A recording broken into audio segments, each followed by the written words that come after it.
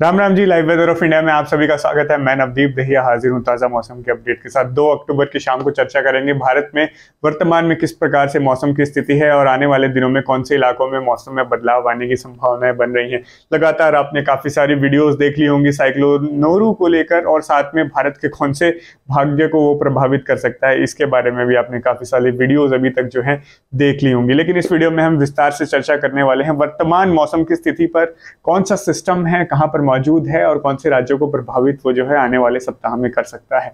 पूरी डिटेल में चर्चा, कोई हाइप नहीं, बिल्कुल जैसे हम हमेशा से वीडियो बनाते हैं उसी प्रकार से इसके ऊपर बनाएंगे। पहली बात तो साइक्लोन जो नोरू है वो भारत में हिस्सों में प्रभावित करने वाला ही नहीं है।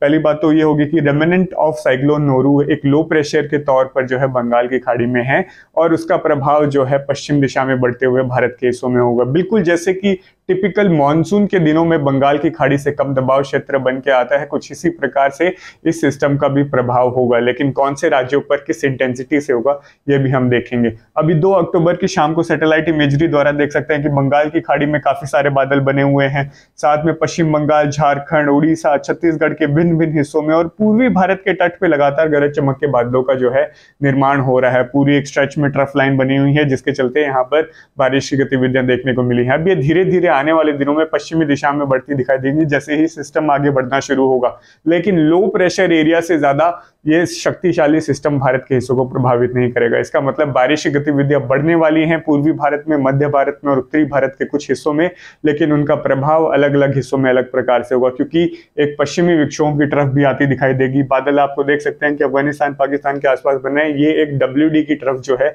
मौजूद है। जब इसके साथ इसका इंटरेक्शन होगा तो ज्यादा प्रभावशाली ये सिस्टम होगा। उससे पहले ये बिल्कुल मामूली सिस्टम के तौर पर एक, जैसे कि cyclonic circulation low pressure area monsoon में होता है, बारिश करते हुए जाता है मध्य भारत पूर्वी भारत से, उसी प्रकार से गुजरता रहेगा। सैटेलाइट इमेजरी हमने देख ली। अब थोड़ा सा आउटलुक देखते हैं कि किस प्रकार से जो ये वेदर सिस्टम है बिहेवियर करेगा। मतलब कि पश्चिम की तरफ आगे बढ़ते हुए जो है इसकी संभावनाएं हैं कि दक्षिण पश्चिमी उत्तर प्रदेश के आसपास तक आके जो है ये स्टॉल हो जाएगा, मतलब वहीं पर रुक जाएगा, आगे पश्चिम दिशा में और ज्यादा नहीं बढ़ेगा क्योंकि पश्चिमी विक्षोभ की तरफ भी जो है पीछे से आती दिखाई दे रही है। कुछ इस प्रकार से इसकी मूवमेंट होगी और हम देख सकते हैं कि जो एंटी क्लॉकवाइज डायरेक्शन में जो है विंड्स इसके आसपास जो है हमें घूमती दिखाई देंगी, जिसके चलते काफी ज्यादा मात्रा में मॉइस्चर इनकर्जन, नमी की मात्रा जो है बंगाल की खाड़ी से भी होती हुई आएगी और यहाँ पर सर्कुलेट हो रही होगी, मतलब निचले स्तर पर सर्कुलेट हो रही होगी, जिसके चलते काफी सारी नमी की मात्रा पूर्वी भारत पे होगी, मध्य भारत पे होगी और उत्तरी भारत पे होगी। और खासकर हिमालय क्षेत्रों के पास जो है नमी और हवा की गति भी काफी ज्यादा तेज होने की संभावना है आने वाले सप्ताह में। इसका ज्यादातर जो प्रभाव है इस सिस्टम का वो 4 तारीख से ही ज्यादा सक्रिय होगा, खासकर पूर्वी भारत, मध्य भारत और देखा जाए तो उत्तरी भारत के उत्तर प्रदेश के हिस्सों में 4 तारीख से शुरू हो जाएगा और प्रभाव 8 अक्टूबर तक बने रहने की संभावनाएं है। अब देख लेते हैं कौन से राज्यों में मॉडल आउटलुक्स दिखा रहे हैं कि ज्यादा बारिश होगी और कहां पर किस प्रकार से इसका जो है असर देखने को मिलेगा। तो बात करते हैं मध्य भारत के हिस्सों में। पूर्वी भारत में पश्चिम बंगाल, बिहार के हिस्सों में, झारखंड में अच्छी बारिश की गतिविधियां देखने को मिलेंगी।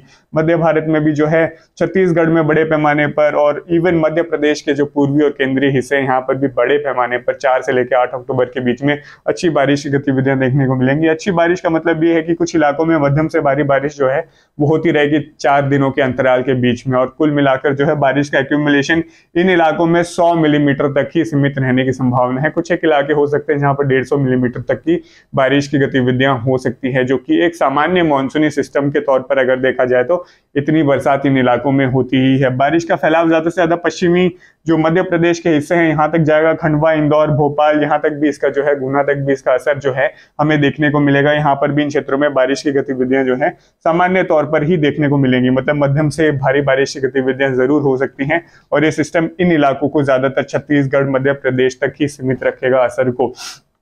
पूर्वी राजस्थान की अगर बात करें तो यहाँ पर भी थोड़ी बहुत बारिश की गतिविधियां हम देखेंगे कि अलवर, जयपुर, हिंडौन, सवाई माधोपुर, कोटा के हिस्सों तक, उदयपुर और भंसवाड़ा तक जो है जा सकती है। यहाँ पर हल्की से मध्यम बारिश होने की ही संभावना है, वो भी 5 तारीख की शाम से लेके 6, 7 और 8 अक्टूबर के बीच में 4 दिन होंगे जब हम देखेंगे कि ज्यादातर हल्की से मध्यम बारिश की गतिविधियां जो है पूर्वी राजस्थान के हिस्सों में देखने को मिलेंगी। अब देखते हैं कि सबसे ज्यादा प्रभाव इस सिस्टम का कौन से इलाकों में देखने को मिलेगा।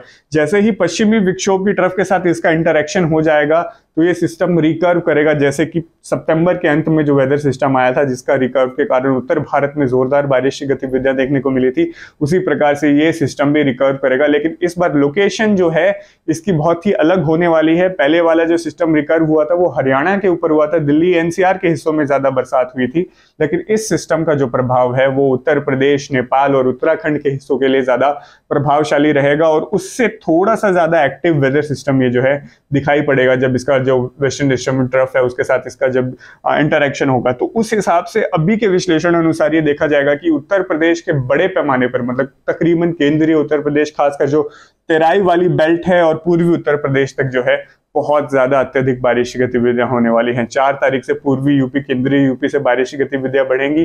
5, 6, 7 और 8 तारीख ये 4 जो दिन होने वाले हैं, इन दिनों में लगातार बारिश की संभावनाएं होंगी। भारी से बहुत भारी बारिश की गतिविधियां देखने को मिल सकती हैं, खासकर जो तेराई वाले इलाके हैं उन क्षेत्रों में। मतलब कुल मिलाकर अगर देखा जाए तो मुरादाबाद, पीलीभीत, बरेली से शुरू हो जाते हैं और आगे बढ़ते बढ़ते सीतापुर, बहराइच और सारे इलाकों को कवर करते हुए गोंडा, गोरखपुर तक की जो बेल्ट है यहाँ पर काफी ज्यादा अत्यधिक बारिश होने की संभावना है। अगर 4 दिन की एक्यूमुलेशन की बात करें तो 200 से लेकर 500 मिलीमीटर के बीच में इन इलाकों में बारिश की संभावनाएं बनती दिखाई दे रही हैं। ये सिस्टम जैसे ही रिकवर करेगा तो ये पहाड़ी राज्यों पर जाकर टकराएगा, हिमाचल प्रदेश के हिमालयाज पे जाके टकराएगा, जिसके चलते उत्तराखंड के पूर्वी भागों में जो है ज्यादा बारिश होने की संभावना है और नेपाल के हिस्सों में ज्यादा बारिश होने की संभावना है। तो कुल मिलाकर मध्यम से भारी बारिश की गतिविधियां जो हैं इन्हीं इलाकों में देखने को मिलेंगी और फिर जो है बारिश की गतिविधियां 4 तारीख के बाद बढ़ना शुरू हो जाएगी। 5, 6 और 7 तारीख के और 8 तारीख के आसपास भारी से बहुत भारी बारिश होने की संभावना जो है इन क्षेत्रों को देखने को मिलेगी। ज्यादातर जो बारिश है वो लैंडस्लाइड कर सकती है, बादल फट सकते हैं, फ्लैश फ्लडिंग की भी पॉसिबिलिटीज जो है नेपाल और उत्तराखंड के पूर्वी हिस्सों में देखने को मिल सकती है, क्योंकि ये सिस्टम यहाँ पर जैसे ही जाके टकराएगा तो काफी ज्यादा मॉइस्चर इंकर्जन जो है पहाड़ी राज्यों पर होगा। इसीलिए अगर आप लंबे सप्ताह पर, मतलब दशहरा से लेकर अगले वीकेंड तक अगर पहाड़ी राज्यों पर जाने का प्लान कर रहे हैं तो उसको टाल सकते हैं, जरूर पोस्टपोन करें, क्योंकि सिचुएशन नेपाल की तरफ तो खासकर ज्यादा क्रिटिकल दिखाई दे रही है। और मैदानी राज्यों की बात कर लेते हैं, जैसे कि दिल्ली एनसीआर के आसपास, पूर्वी हरियाणा में भी बिल्कुल हल्का प्रभाव इस सिस्टम का देखने को मिलेगा कि थोड़ी बहुत जो बारिश की गतिविधियां हैं वो हम देखेंगे कि हल्की बारिश मुख्यतः जो है हरियाणा की जीटी बेल्ट वाले इलाके, जो यमुनानगर से होते हुए करनाल, कुरुक्षेत्र, पानीपत, सोनीपत, दिल्ली एनसीआर होते हुए पूर्वी हरियाणा और पलवल के आसपास यहाँ तक देखते हैं। यहाँ पर भी 5-10 मिलीमीटर बारिश जो है 5 तारीख की शाम को 6, 7 और 8 के बीच में देखने को मिल सकती है। ज्यादातर बादलवाही रहेगी, बारिश के आसार कम है, पूर्वी हवाएं जो है देखने को मिलेंगी, जिसके चलते मौसम थोड़ा ठंडा हो सकता है। दिल्ली एनसीआर के आसपास भी जो है हल्की से मध्यम बारिश की ही संभावनाएं देखने को मिल रही हैं इस दौर में, मतलब ज्यादा भारी बारिश के आसार नहीं है।